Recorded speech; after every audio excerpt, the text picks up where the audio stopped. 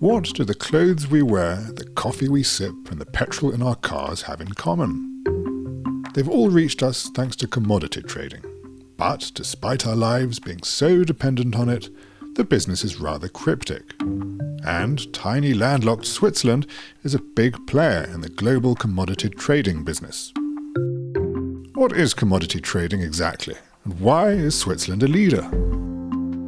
First, let's look at what is considered a commodity, and at how these are traded, namely the players involved. Then, at how Switzerland came to play an important role in the business, historically and financially.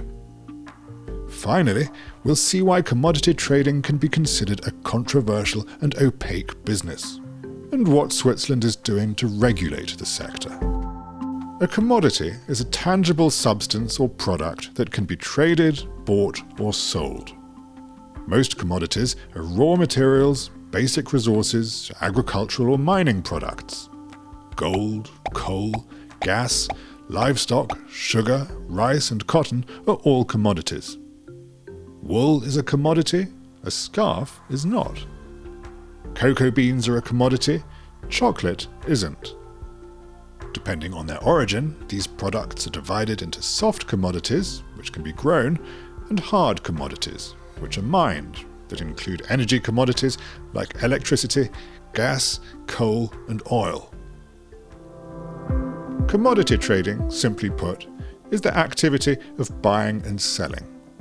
Contrary to shopping, trading involves buying and selling goods possibly before they're even produced, and in large quantities.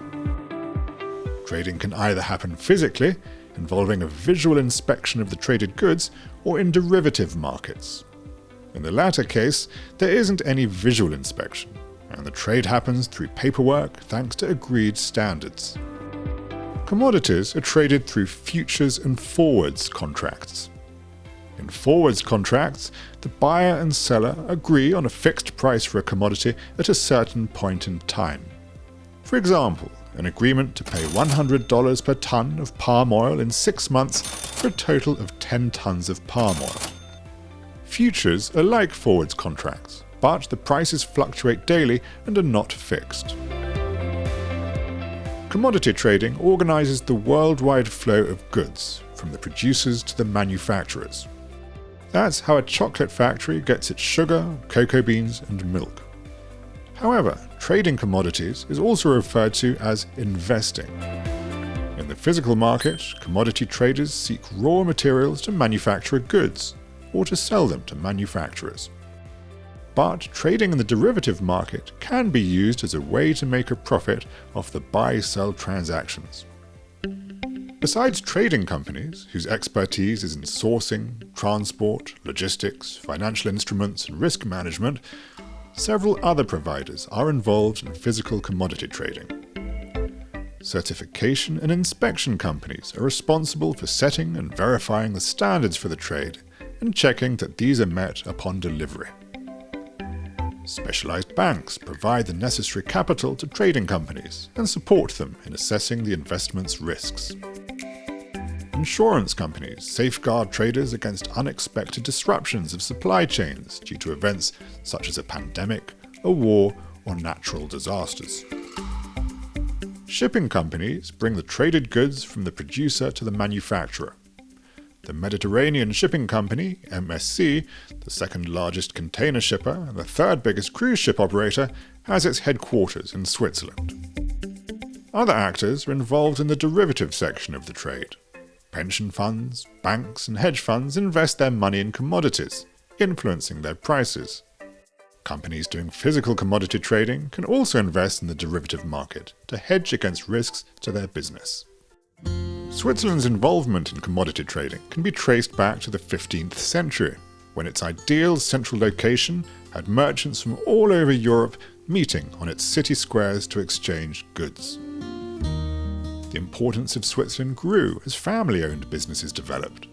The Volkard brothers near Zurich and the Nestle and André families in the canton of Vaud established themselves on the global trade market at the end of the 19th century. The development of international organizations in Geneva not long after that helped strengthen Switzerland's neutral and international profile. This served the country well after the Second World War and during the Cold War.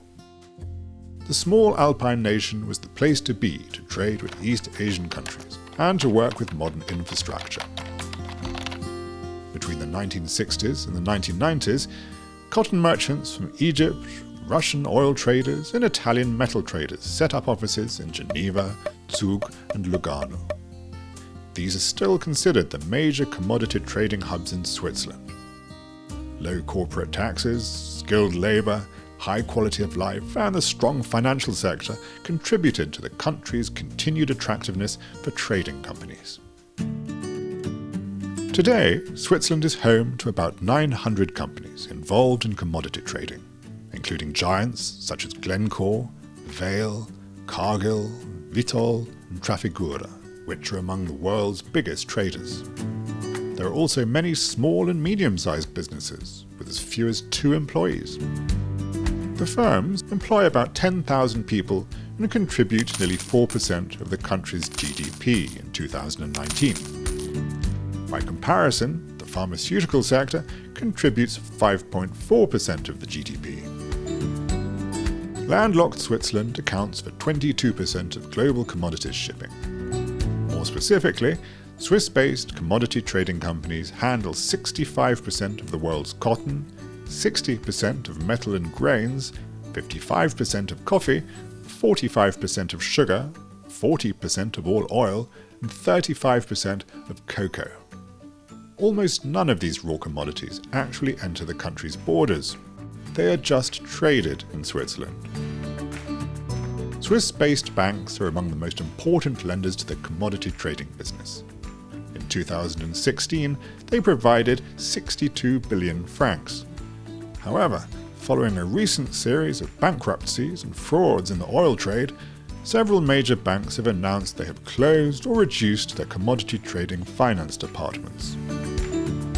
Outside of Europe, the United States, Hong Kong, Singapore, and several offshore locations such as Panama and the Cayman Islands are among Switzerland's biggest competitors as a commodities trading hub. Commodity trading is often criticized for its role in facilitating corruption, environmental damage, and human rights violations. Because of the partially virtual aspect of the trade and the numerous intermediaries involved, one of the main challenges in this fundamental business is knowing how and where raw materials are obtained. For example, demand for cheap food means that commodities like palm oil and soy are constantly at the heart of the debate around deforestation. In some places, farmers clear patches of tropical forest to produce these commodities. Child labour is a known issue on cocoa plantations, and several big companies are trying to monitor the situation to certify their chocolate as child labour-free. Finally, lots of raw materials are sourced in politically unstable countries, which opens opportunities for corruption. This can lead to what is called the resource curse, where only the elite few profit from a nation's resource bounty. These concerns are often attributed to the commodity trading sector as a whole. Because of the many intermediaries involved, responsibility has been very hard to pin down. Are investors who are looking to make a quick buck from commodity trading as complicit as big commodity firms that buy and sell tons of gold, cocoa and oil? What is the responsibility of countries like Switzerland, where these traders operate? Despite its leading position in the sector, Switzerland has been slow in getting to grips with commodity traders and the controversies surrounding them. It was not until 2015 that the government adopted a corporate social responsibility plan to guide the conduct of companies abroad. More specific guidelines for the commodity industry were not proposed until 2018. This included a set of 16 recommendations to help minimize the risks posed by the Swiss commodity sector. An interdepartmental platform on commodities was created to evaluate if the recommendations were being implemented. But no binding regulations for the industry have been imposed by the government, which has acknowledged the need to be competitive to avoid losing business to Dubai, Singapore or London. So far, its most far-reaching measure has been supporting the drafting and implementation of specific standards and initiatives for the commodity trading sector. It will take more than one country's efforts to reform the commodity sector. A patchwork of international agreements and standards, such as the UN Guiding Principles on Business and Human Rights, or specific industry efforts like the Better Gold Initiative, are trying to change the status quo. But because it's such an important player in this global business, activists say that Switzerland should take on more responsibility and set an example on good governance. In 2020, Swiss voters launched, but narrowly rejected, a People's Initiative to make Switzerland-based multinationals legally accountable for their business practices abroad. The vote showed that citizens and consumers are increasingly ready to demand accountability and transparency in the commodity trading sector. A once-opaque operation that flew under the radar is gradually being forced to become more transparent and accountable due to stricter laws, regulations, NGO advocacy, and consumer awareness. It remains to be seen whether Switzerland will help lead the change.